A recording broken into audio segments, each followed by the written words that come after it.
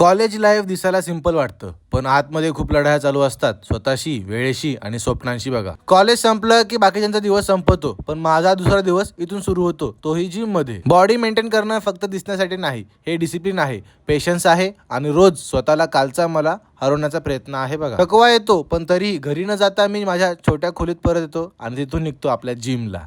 माझी खरी मेहनत सुरू होते. आज आपल्याला चेस्टचा आणि ट्रायसेप्सचा फुल वर्कआउट करायचा आहे. बघा, इकडे निहाल भाऊचा वर्कआउट सुरू होता, पण त्याचा वॉर्मअपच सुरू होता आणि यांची आलेल्या मस्ती काय सुधारत नाही हे दोघं.